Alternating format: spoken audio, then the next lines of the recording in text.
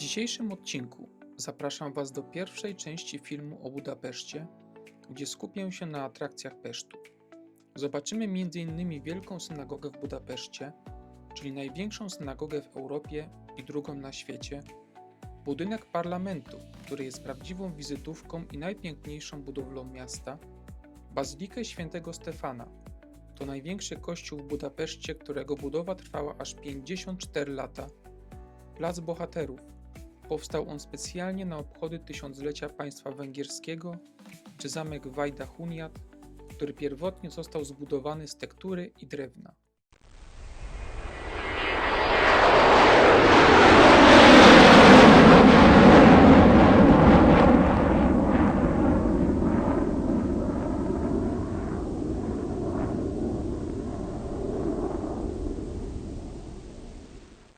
Witajcie w Peszcie, tętniącym sercu Budapesztu.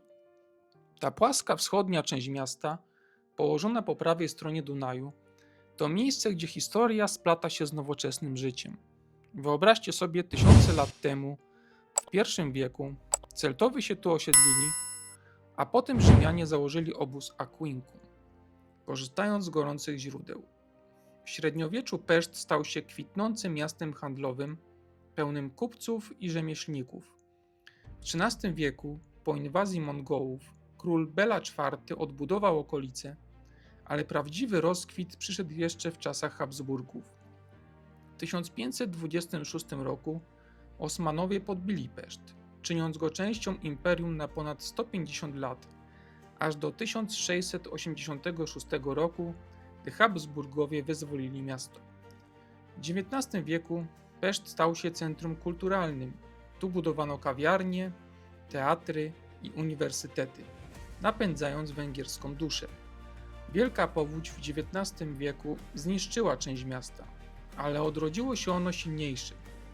W 1849 roku otworzono most łańcuchowy, łącząc Peszt z Budą. W 1873 roku trzy miasta, Óbuda, Buda i Peszt, zjednoczyły się w Budapeszt, stając się drugą stolicą Austro-Węgier po Wiedniu. Po I wojnie światowej i traktacie w Trianon w 1920 roku Węgry straciły większość terytorium, ale Peszt pozostał sercem narodu. II wojna światowa przyniosła zniszczenia, ale w 1944 roku getto w Peszcie stało się tragicznym świadectwem Holokaustu.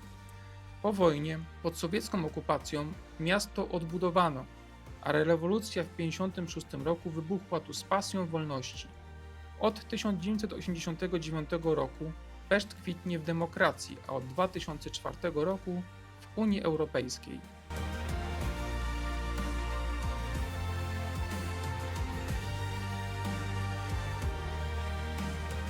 Przed Wami most łańcuchowy, prawdziwa legenda miasta. Zbudowany w 1849 roku jako pierwszy stały most na Dunaju, połączył na zawsze Budę i Peszt. W 1945 roku Niemcy wysadzili go w powietrze, ale Budapeszt nie poddał się. Most odbudowano już 4 lata później, dokładnie w 100. rocznicę otwarcia. Synagoga Rumbach to arcydzieło Otto Wagnera z 1872 roku w stylu mauretańskim z ośmiokątną kopułą i bogatymi zdobieniami.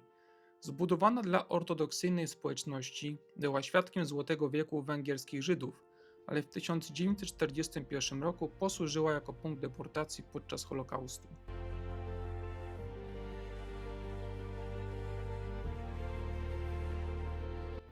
Wielka Synagoga w Budapeszcie to największa synagoga w Europie i druga na świecie.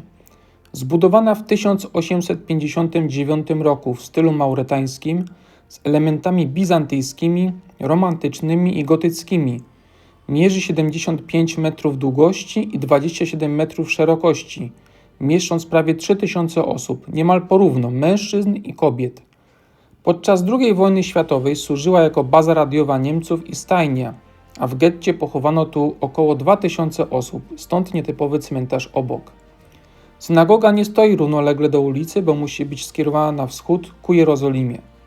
Odrestaurowana w latach 90. zawiera swoje tory ze zniszczonych synagog, a obok stoi Muzeum Żydowskie i pomnik Holokaustu w kształcie płaczącej wierzby. To symbol węgierskiego judaizmu neologicznego i miejsce ważnych wydarzeń.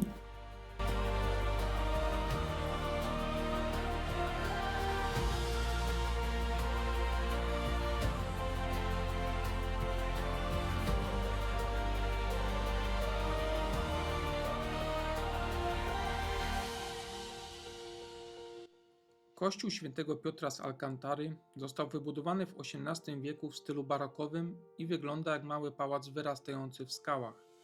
To jedyna świątynia na Węgrzech poświęcona hiszpańskiemu mistykowi Piotrowi z Alcantary.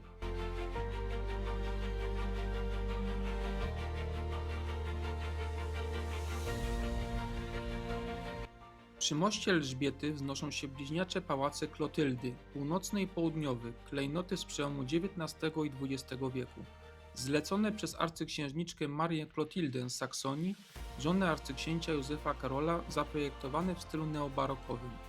Dawniej tętniły życiem arystokracji. Po wojnie zaniedbane, dziś odrestaurowane. Jeden to luksusowy hotel, drugi biura i apartamenty. Kościół w niebowzięcie Najświętszej Maryi Panny powstał na przełomie X i XI wieku i jest najstarszym budynkiem Pesztu. Usytuowany został przy przeprawie promowej przez Dunaj na terenie ruin dawnego castrum rzymskiego. W 1241 roku podzielił los miasta i został spalony w trakcie wielkiego najazdu mongolskiego.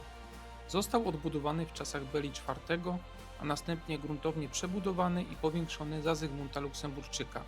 Za czasów okupacji tureckiej został przekształcony na meczet.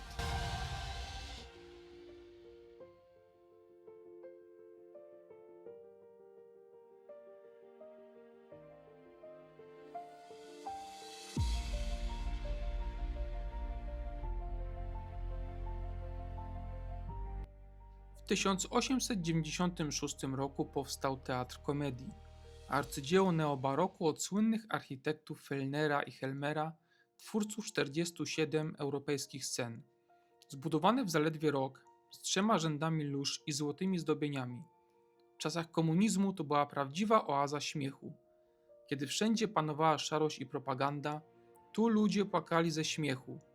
Do dziś to jedyny teatr w Budapeszcie, który od ponad 70 lat gra wyłącznie komedię.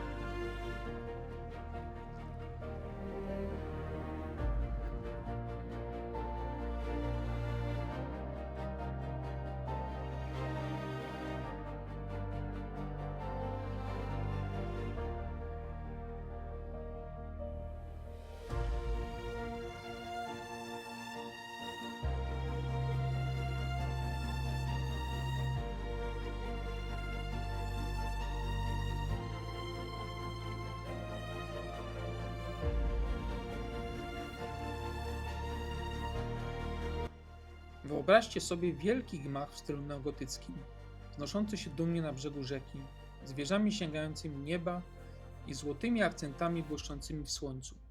To nie tylko siedziba władzy, ale symbol węgierskiej dumy narodowej. W 1873 roku 3 miasta, Budapeszt i Obuda, połączyły się w jeden wielki Budapeszt, stając się stolicą dynamicznie rozwijającego się Królestwa Węgier. Aby uczcić to wydarzenie i podkreślić narodową tożsamość, ogłoszono międzynarodowy konkurs na projekt nowego budynku parlamentu. Zwycięzcą został węgierski architekt Imre Steindl, którego wizja inspirowana była gotyckimi katedrami i renesansowymi elementami.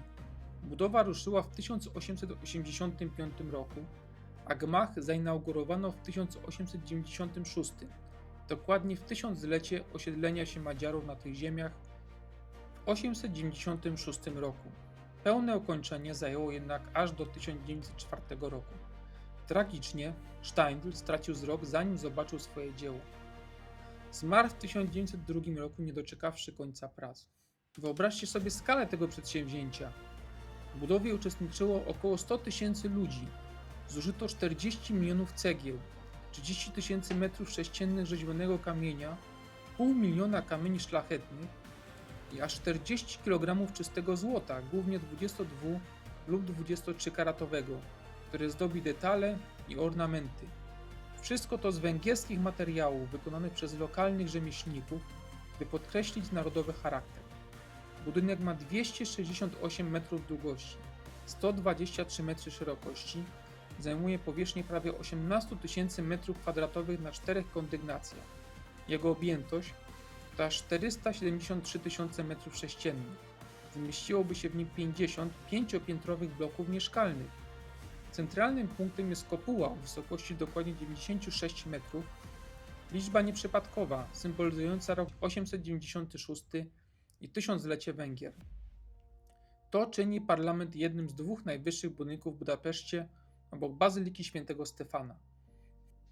Fasada to mieszanka stylów: barokowy plan, gotycka ornamentyka i renesansowe detale sufitów. Symetria jest idealna. Po obu stronach kopuły wznoszą się stale niższej i wyższej izby, identyczne w rozmiarach, co miało podkreślić równość w dwuizbowym parlamencie tamtych czasów. Dziś, po II wojnie światowej, Węgry mają system jednoizbowy, a druga sala służy do ceremonii i konferencji. Przez 27 bram, 29 schodów i 13 wind dostajemy się aż do 691 pomieszczeń, w tym ponad 200 biur. Korytarze ciągną się bez końca, a pod stopami rozciąga się prawie 3 km czerwonego dywanu. Na ścianach 242 rzeźby, węgierscy władcy, przywódcy z Transylwanii i bohaterowie wojskowi. W 16-kątnym centralnym holu od 2000 roku przechowywana jest święta korona węgiel, symbol suwerenności, przedstawiony też w herbie kraju. To tu bije serce narodu. A ciekawostki? System ogrzewania i wentylacji był w swoim czasie cudem techniki. Gorąca para z pobliskiej kotłowni, a chłód dawniej z fontanny na placu, później ton z lodu w szybach. Budynek ma 10 dziedzińców, a jego ornamentyka odzwierciedla florę basenu karpackiego. Zawsze jest w remoncie przez ogromną powierzchnię i detale. Na fasadzie lwy strzegą wejścia, a z zewnątrz widać herby królów i książąt. Po II wojnie światowej na kopule wisiała czerwona gwiazda, usunięta w 1990 roku po upadku komunizmu. Parlament to nie tylko kamienice i złoto. To żywy symbol węgierskiej historii, od średniowiecza po dziś. Stojąc nad Dunajem, oferuje zapierające dech widoki i przypomina o dumie narodu. Jeśli odwiedzicie Budapeszt, nie przegapcie. To miejsce, gdzie przeszłość spotyka się z teraźniejszością.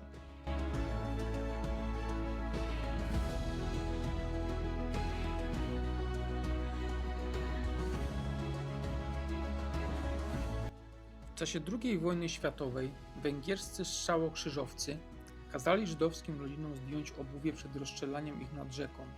Buty zabierali, ciała zabierał prąd Dunaju. Dziś te proste, znoszone trzewiki, dziecięce buciki i damskie czułenka przypominają o 20 000 zamordowanych.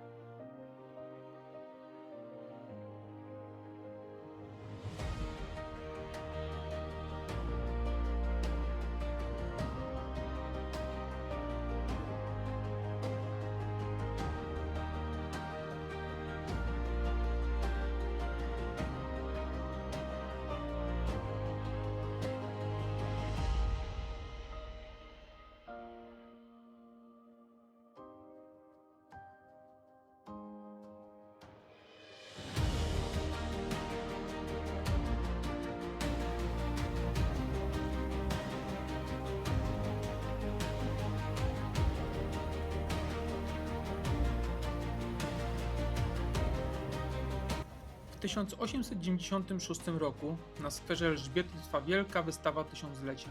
Wśród pawilonów i tłumów pojawia się coś absolutnie szalonego. Diabelski młyn o wysokości 65 metrów, większy niż jakikolwiek w Europie. Ludzie nazywali go diabelskim, bo kiedy się obracał, wydawał przerażający pisk i trząsł się tak, że kobiety mdlały, a mężczyźni tracili kapelusze. Z kabiny na samej górze widać było całe miasto, Dunaj, parlament figurę Gellerta i podobno nawet diabła, który machał do pasażerów.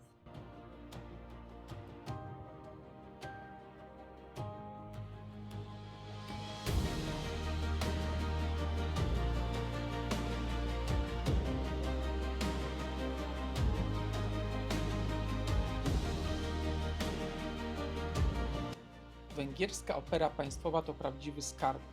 Zbudowana w latach 1875-1884 w stylu neorenesansowym, otworzyła drzwi w 1884 roku. Cesarz Franciszek Józef współfinansował budowę, ale zazdrością kazał, by nie przewyższyła wiedeńskiej, stąd skromniejsze rozmiary, ale genialna akustyka. Podczas II wojny światowej bomby uszkodziły dach, loże i posąg Liszta, ale opera odrodziła się w 1945 roku. Dziś, z nowoczesną technologią, zachwyca baletami i operami.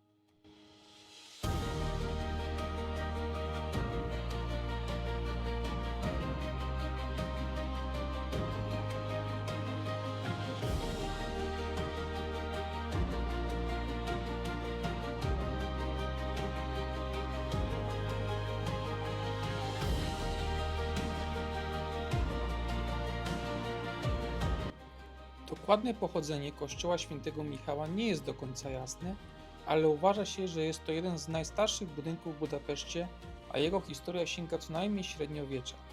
Jego neobarokowa architektura to uczta dla oczu. Uniwersytet Loranda et Fosza to najstarsza, najbardziej prestiżowa uczelnia na Węgrzech, założona w 1635 roku.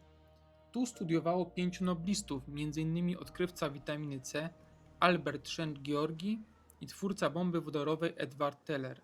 W neobarokowym gmachu głównym uczy się 33 000 studentów z całego świata.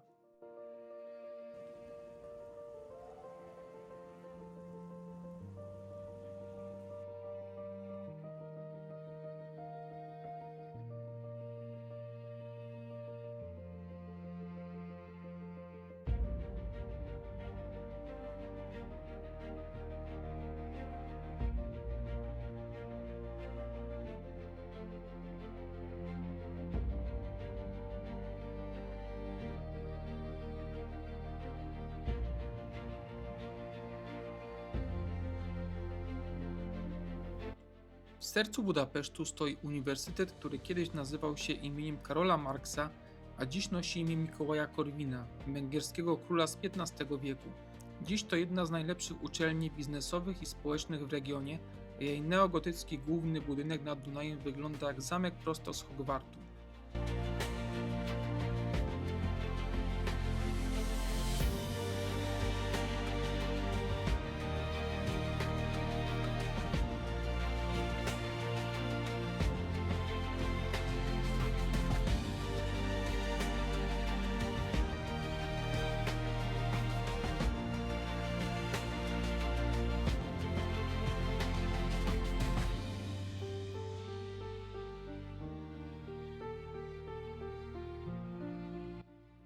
Bazylika Świętego Stefana to majestatyczna świątynia stojąca w samym sercu Pesztu. W 1851 roku Węgrzy, po rewolucji, decydują się zbudować monumentalny hołd dla swojego pierwszego króla Świętego Stefana. Dlaczego Święty Stefan? Bo to pierwszy król Węgier, koronowany w roku 1000, twórca państwa i ten, który wprowadził chrześcijaństwo. Projekt powierzono Józefowi Hildowi, ale budowa okazała się epickim wyzwaniem. Trwała aż 54 lata. W 1868 roku katastrofa. Kopuła zawaliła się z powodu wadliwych materiałów. Na szczęście nikt nie zginął, a prace były kontynuowane. Wreszcie w 1905 roku bazylika została konsekrowana, stając się największym kościołem w Budapeszcie, mieszczącym do 8,5 tysiąca wiernych. Jej wysokość? Dokładnie 96 metrów, to nie przypadek. Liczba symbolizuje rok 896, kiedy Węgrzy przybyli do Kotliny Karpackiej. Taka sama wysokość, jak pobliski parlament, by podkreślić równowagę między kościołem a państwem. W czasach budowy żaden budynek w Królestwie Węgier nie mógł być wyższy niż parlament. To taki architektoniczny remis między Bogiem a państwem. W środku kryje się prawdziwy skarb, święta prawica, mumifikowana prawa ręka świętego Stefana, relikwia przywieziona z Dubrownika. Co roku, 20 sierpnia, w święto państwowe jest procesyjnie obnoszona po mieście.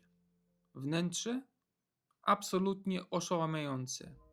8,5 tysiąca m2 mozaik, tony marmuru, złota i alabastru. Kopuła waży podobno 300 ton, a żeby ją utrzymać, zbudowano specjalny bęben o średnicy 22 metrów. Z tarasu widokowego na kopule rozciąga się jeden z najpiękniejszych panoramicznych widoków na całe miasto. Peszt, Dunaj czy Wzgórze Zamkowe. A co z ciekawostkami? W bazylice pochowano Ferencza Puskasa, legendę węgierskiego futbolu. Organy liczą ponad 6,5 tysiąca piszczałek, a koncerty na nich to czysta magia. Największy dzwon waży aż 9 ton. Bazylika to nie tylko historia, ale żywe serce miasta. Jeśli jesteście w Budapeszcie, koniecznie musicie ją odwiedzić. To nie tylko kościół, to serce Węgier bije właśnie tutaj. Od jakiegoś czasu wizyta w budapesztańskiej bazylice jest biletowana. Do wyboru są 3 rodzaje wejściówek. Bilet upoważniający do zwiedzania samej świątyni, bilet do skarbca oraz na taras widokowy oraz bilet łączony do wszystkich 3 atrakcji.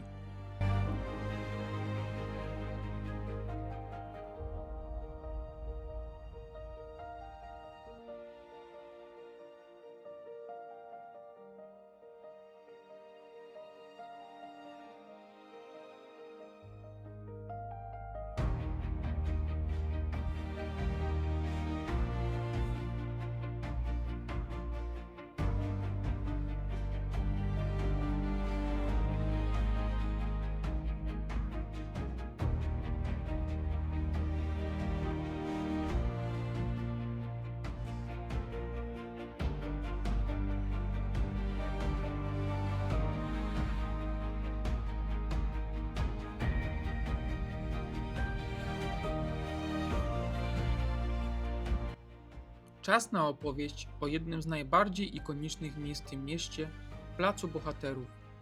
Wyobraźcie sobie ogromny, otwarty plac, otoczony ogromnymi budynkami i pomnikami, które opowiadają historię 1000 lat węgierskiej dumy. Plac powstał pod koniec XIX wieku, specjalnie na obchody tysiąclecia państwa węgierskiego w 1896 roku.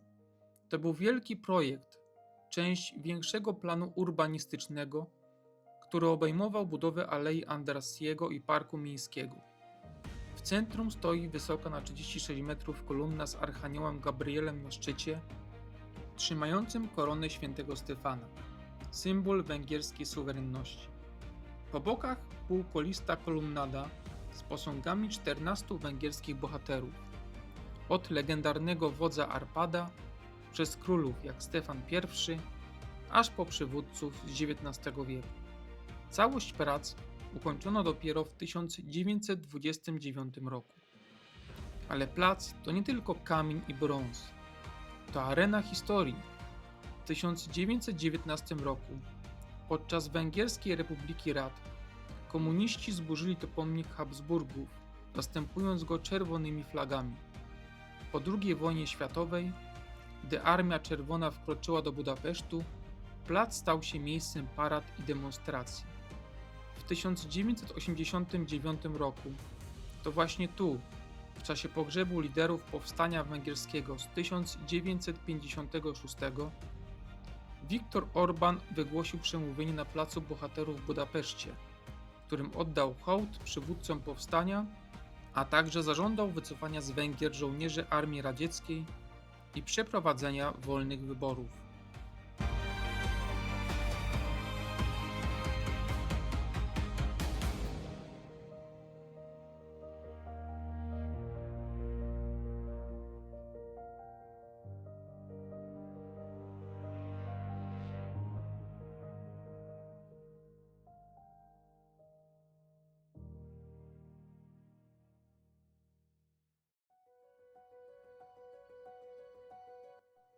Zamek Wajda-Hunjat to nie średniowieczna twierdza, ale genialna replika zbudowana w 1896 roku na wystawę milenijną świętującą tysiąclecie Węgier. Budowla łączy styl romański, gotycki, renesansowy i barokowy, inspirując się najważniejszymi budowlami z historii Węgier. Zamek to prawdziwy architektoniczny rollercoaster. W jednym miejscu zobaczycie romańską kaplicę Jak, najstarszą część, gotyckie wieże, renesansowe krużganki i barokowy pałac. Co ciekawe, pierwotnie zamek powstał z tektury i drewna. Był tymczasową atrakcją, ale tak zachwycił mieszkańców, że po wystawie odbudowano go z kamienia, by przetrwał na wieki. W środku mieści się Muzeum Rolnictwa, największe w Europie. Znajdziecie tam ekspozycje o węgierskiej wsi, winiarstwie i historii rolnictwa z interaktywnymi wystawami dla całej rodziny. Latem zamek ożywa festiwalami, koncertami, jarmarkami, a zimą jezioro zamienia się w lodowisko. To miejsce, gdzie historia spotyka się z zabawą, obowiązkowy punkt w Budapeszcie. W parku miejskim kryją się termy Széchenyego, największe łaźnie termalne w Europie. Zbudowane w 1913 roku w stylu neobarokowym, zasilane dwoma źródłami o temperaturze 74 i 77 stopni Celsjusza, dostarczają codziennie 6 milionów litrów leczniczej wody z minerałami jak wapń i magnez. Jest tu 18 basenów, 3 zewnętrzne z wirami i fontannami, plus 15 wewnętrznych, sauny i masaże. Budapest Keleti, czyli Dworzec Wschodni, to serce kolejowe Budapesztu. Zbudowany w 1884 roku w stylu eklektycznym, to arcydzieło z imponującą fasadą i posągami. Najruchliwszy w Węgrzech, obsługuje pociągi do Wiednia, Berlina czy Bukaresztu. Uszkodzony w obu wojnach, dziś zabytek.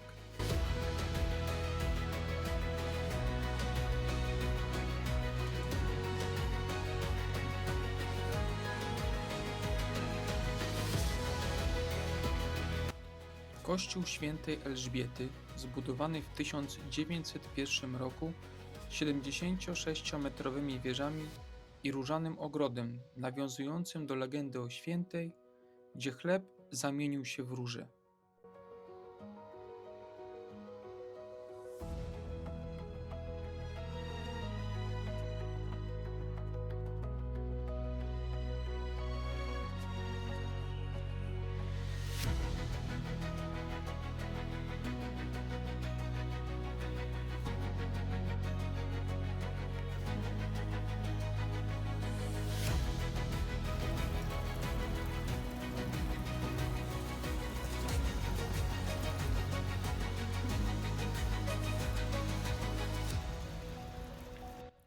Kościół jezuitów został zbudowany w latach 1888-1891. Świątynia ma fundamenty z czerwonego kamienia w stylu neoromańskim, a jego wieże są w stylu neogotyckim. Konsekracja kościoła odbyła się w 1909 roku.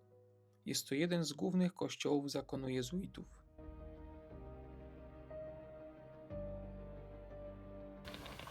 Wyspa Małgorzaty ma korzenie w XIII wieku. Nazwana po świętej Małgorzacie, córce króla Beli IV, która tu mieszkała jako zakonnica, by chronić się przed Tatarami. Dawniej pełna klasztorów, dziś to park rekreacyjny, gdzie kiedyś polowali Habsburgowie, a w XIX wieku stała się publicznym ogrodem. Wyspa ma fontannę muzyczną, jedną z największych w Europie. Zbudowana w 1936 roku, tańczy do rytmu klasyki jak Beethoven czy Queen. Co godzinę woda strzela na 10 metrów, z kolorowymi światłami wieczorem. Kolej na ruiny klasztoru dominikanów z XIII wieku. To tu Małgorzata spędziła życie w celibacie. Odkryte w XIX wieku, dziś otoczone ogrodami. Wieża ciśnień z 1911 roku w stylu Art Nouveau to ikona wyspy. Wysoka na 57 metrów, służy jako punkt widokowy. Na koniec kościół świętego Michała. romańska kaplica z XII wieku, odbudowana po zniszczeniach. Maleńka, ale urocza, z freskami i dzwonem, który bije na pamiątkę dawnych mnichów.